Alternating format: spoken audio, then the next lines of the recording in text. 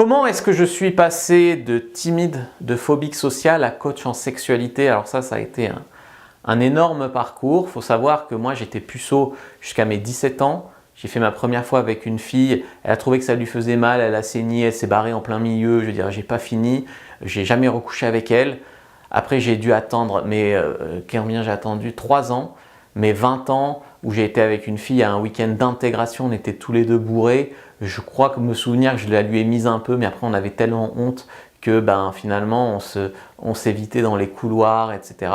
Après, genre 6 mois après ça, j'étais avec une fille sur mon lit, elle commence à m'attraper la bite, à me branler, j'ai éjaculé tout de suite, je l'ai doigté super mal, elle m'a dit « je préfère qu'on reste amis ».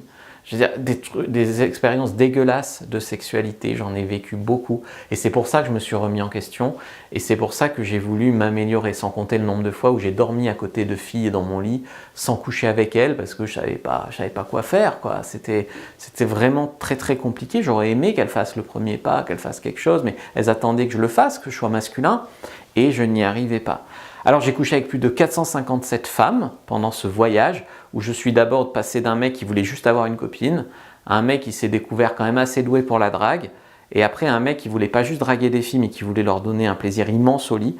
Et après j'aimais tellement les femmes et il y avait des femmes qui disaient, parce que je publiais sur un forum mes aventures de drague et après sur mon blog il y avait beaucoup de femmes qui disaient, je me suis dit que j'allais aussi m'adresser aux femmes pour les coacher. Et j'ai pas eu de MST ou de maladie, etc. Regardez, voilà, ça c'est mon test de contraception, n'importe quoi. C'est mon test de MST. Donc vous voyez, on peut coucher avec plein de gens, si on fait pas n'importe quoi, on n'attrape pas de maladie. Donc il faut arrêter avec ces idées de tabous, de préjugés, etc. Je m'en prends plein la gueule au quotidien, simplement parce que je suis un coach qui parle de sexe. Ils sont là, il a dit bite, il a dit chatte. C'est gravissime le niveau de coinçage de la plupart des gens. Il y en a qui disent ouais, c'est ceux qui en parlent le plus qui en font le moins. Moi je dis c'est quand même parfois, en tout cas ça dépend comment tu en parles, mais quand tu en parles bien, c'est ceux qui en parlent le plus qui en font le plus. C'est comme des gens qui disent c'est pas la quantité, c'est la qualité. Souvent c'est des gens qui font zéro, d'accord? Sous prétexte de chercher la qualité, ils font zéro. Moi j'ai la qualité et la quantité. Alors je suis d'accord avec vous, j'ai pas le physique fantasmé qu'on attendrait d'un coach en sexualité. Et pourtant, je suis le coach en sexualité qui a le plus d'abonnés en France, qui fait les hommes et les femmes, qui fait la séduction, la sexualité. J'ai pas le physique ultime fantasmé dans les pornos. En même temps, dans les pornos, il y a beaucoup de mecs, c'est des bourrins qui s'en foutent du plaisir de la femme. C'est du cinéma, le porno. C'est comme les femmes refaites, etc. Tous les plans. Il faut arrêter avec le porno. Le porno, c'est un divertissement. Il faut le prendre tel qu'il est. Il faudrait du porno éducatif, d'accord? Voilà, j'aime pas trop mon corps, j'ai pas un sexe énorme. Au début, je tenais que quelques minutes quand je couchais avec une fille. J'ai embrassé ma première fille super tard, à 17 ans. Donc voilà, c'est pas ce qu'on attendait de moi. Mais pourtant, je suis allé chercher les ressources. J'ai fait un travail de fond, un travail de développement personnel énorme. Et en 2 ans, je dirais que je commençais à être un bon coup. Mais vraiment, voilà, j'étais au radar, quoi. Alors qu'aujourd'hui, avec une méthode, en 1 mois, 2 mois, ça y est, t'es le meilleur amant de sa vie, ou la meilleure maîtresse de sa vie. Moi, je pars de super loin. Je vous ai raconté la fille avec qui j'ai fait la première fois, qui a eu un peu mal et qui s'est barrée au milieu et qui m'a laissé en plan. J'ai jamais recouché avec elle, mais je l'ai revue une fois. Elle est revenue chez moi et elle me dit « ouais, non, mais j'ai couché avec un autre gars entre-temps, machin ». Et moi, j'étais tellement en mode perdu avec les filles que je lui dis « c'est pas grave, je te pardonne, viens, on le fait ». On commence à se déshabiller, tout ça. Et elle me dit « ah ». Mais le gars avec qui je l'ai fait, il avait une plus grosse bite que toi, machin, il commence à me dire des trucs. C'est bon, ça m'avait bloqué, ça m'avait décoincé, je pars d'extrêmement loin. Après ces aventures que je vous ai racontées catastrophiques, je suis sorti avec une fille qui me plaisait absolument pas physiquement, juste parce qu'elle voulait bien coucher avec moi. Elle m'a appris 2-3 trucs de sexe, c'est elle qui m'a fait ma première fellation, mais vraiment… voilà, elle ne me plaisait pas et après j'ai su qu'elle couchait avec plein d'autres gars entre-temps. Donc je pars d'extrêmement loin, ça il faut le savoir. Il y a un moment, j'ai décidé de me former en séduction pour commencer déjà à coucher avec des femmes qui me plaisaient vraiment. Et après, donc c'est venu, je dirais qu'au bout d'1 an, j'avais des bons résultats. 2 ans, j'avais des femmes qui me plaisaient vraiment. Et encore une fois, j'étais perdu. Je veux dire, il n'y avait pas de ressources en français. J'allais fouiner sur des forums américains, des ressources, etc. Puis à un moment, j'arrivais à avoir des filles dans mon lit qui me plaisaient. Mais je tenais 3 minutes, quoi. Et c'était un peu la honte quand même.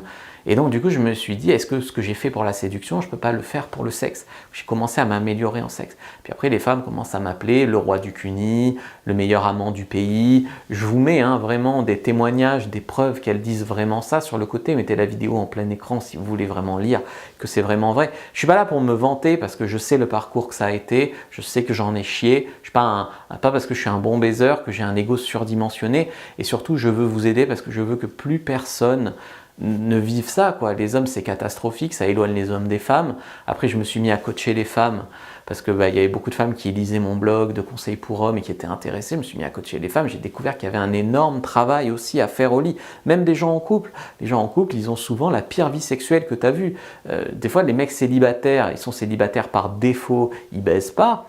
Mais des fois, il vaut mieux être célibataire et s'éclater sexuellement qu'être en couple et baiser une fois toutes les 2 semaines le dimanche matin en missionnaire parce qu'il n'y a plus la flamme, parce qu'on ne s'excite plus mutuellement, parce que les hommes n'arrivent pas à encore désirer leur femme, parce que les femmes, elles ne comprennent pas ce qu'elles doivent faire pour exciter un homme. C'est juste normal, hein. Les gens normaux, ils ont une vie sexuelle qui n'est pas terrible. Moi, quand j'ai commencé à m'améliorer, je me rappelle une fois, en fait, je voyais une fille qui était un plan cul, on va dire, je couchais avec elle, je tenais 3 minutes, etc. Heureusement, je lui plaisais physiquement, qu'elle voulait bien me revoir, mais je savais qu'elle couchait avec d'autres gars et que j'étais pas bon, quoi. Elle me le cachait pas que j'étais pas bon. Tu vois, des petits trucs comme ça. Tu sens dans son regard que tu tiens pas assez, qu'elle prend pas son pied, etc. Et j'étais parti en vacances voir ma grand-mère à Tours, ma grand-mère habite à Tours, et moi Aix-en-Provence, et à Tours, franchement, j'ai commencé à me mettre à regarder des trucs. Alors ça n'existait qu'en américain à l'époque. Aujourd'hui, il n'y a plus que moi, hein, il n'y a que moi qui le fais sur le marché français, qui montre tout pour de vrai, vraiment. Mais dans tous les cas, à l'époque, avant qu'il soit trop puritain, il y avait des formations en américain où ils montraient tout. Aujourd'hui, j'en trouve plus, hein, ça n'existe plus. Je ne sais pas ce qu'ils font, les gens, on dirait que le monde est devenu puritain de fou. Et donc j'ai commencé à regarder un peu ça. Et quand je suis revenu de Tours, je l'ai revue et j'ai tenu, je sais pas, plus de 30 minutes, je lui ai fait un cuni et tout. Puis elle me dit, mais t'as couché avec une autre fille à Tours parce que t'es parti, t'étais mauvais, tu reviens, c'est bon ce que tu me fais. J'étais là, ben non, j'ai juste fait des formations en ligne, je lui ai pas dit évidemment, je l'ai gardé pour moi. Mais j'étais content, très content, j'étais sur la bonne piste. Puis après, je te dis, j'ai dragué de plus en plus de filles, j'ai commencé à m'améliorer vraiment au lit. J'ai tout testé, hein, du plan avec une fille dans le lit, par terre, dans une autre pièce, dans la rue, dans une voiture, des plans avec 2 filles, des plans avec 3 filles, des plans avec 4 filles. Et j'ai fait des expériences de fou. J'ai même tourné une formation vidéo où j'ai engagé 2 actrices porno pour montrer comment on fait vraiment, on baise quoi, vraiment bien une femme dans la vraie vie et qu'elle montre aux femmes. De toute façon, les actrices porno sont beaucoup le fantasme des hommes. Comment faire une pipe d'actrice porno, comment bouger au lit comme une actrice porno, etc.